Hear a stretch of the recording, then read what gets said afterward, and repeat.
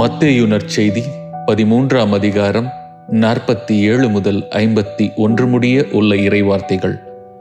விண்ணரசு கடலில் வீசப்பட்டு எல்லா வகையான மீன்களையும் வாரிக் கொண்டு வரும் வலைக்கு ஒப்பாகும்.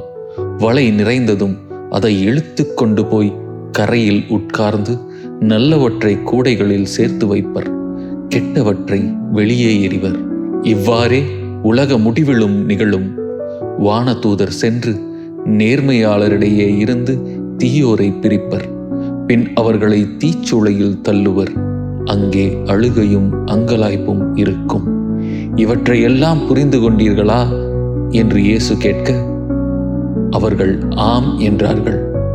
வானதூதர் சென்று நேர்மையாளரிடையே இருந்து தீயோரை பிரிப்பர்.